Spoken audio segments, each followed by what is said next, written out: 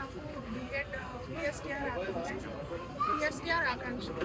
ಈಗ ನಮಗೆ primary school teacher ಈಗ 11 ವರ್ಷದಿಂದ ಇಲ್ಲಿವರೆಗೂ ಕೂಡ ನಮಗೆ ಯಾವುದೇ ನೇಮಕಾತಿ ಆಗಿಲ್ಲ ಸರ್. ಈಗ 1 ವರ್ಷದಿಂದ ನಮಗೆ ಕಲ್ಯಾಣ ಕರ್ನಾಟಕ ಭಾಗಕ್ಕೆ 4,424 ಪೋಸ್ಟ್ ಅನ್ನ ನಾವು ತುಂಬ್ಕೊಂತೀವಿ ಅಂತ ಈಗ 1.5 ವರ್ಷದಿಂದ 2 ಸರಿ ಅನುಮೋದನೆ ಆಗಿದೆ ಸರ್. ಆದ್ರೆ ಈಗ ಅವೆಲ್ಲ ಪೋಸ್ಟ್ಗಳನ್ನ ಪೋಸ್ಟ್ ಮಾಡಿ ಈಗ 800 ಪೋಸ್ಟ್ಗಳಿಗೆ ಅದನ್ನ ಇರಿಸಿದ್ದಾರೆ ಸರ್.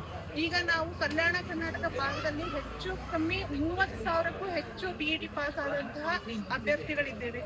ಅದರಲ್ಲೂ ಫಸ್ಟ್ ಪೇಪರ್ ಈಗ ನಮಗೆ PSTR ಶಿಕ್ಷಕರ ಒಂದು ಅವಶ್ಯಕತೆನೇ ಇಲ್ಲ, ನಾವು GPT ಮಾಡ್ಕೋತೀವಿ ಅಂತ ಹೇಳ್ತಿದ್ದಾರೆ ಸರ್. ಹಾಗಿದ್ರೆ GPT ಮಾಡೋದಾದ್ರೆ ಫಸ್ಟ್ ಪೇಪರ್ TET ನಮಗೆ ಎಲಿಜಿಬಲ್ ಪೇಪರ್ ಅಂತ ಯಾಕೆ ಇಡಬೇಕು? ಅದರಿಂದ ನಾವು ಯಾಕೆ ಪಾಸ್ ಮಾಡಬೇಕು?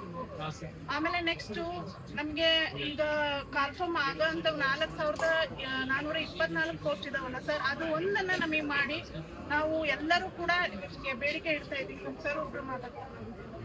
ಓಕೆ ಸಾಕು. ಪುಷ್ಪ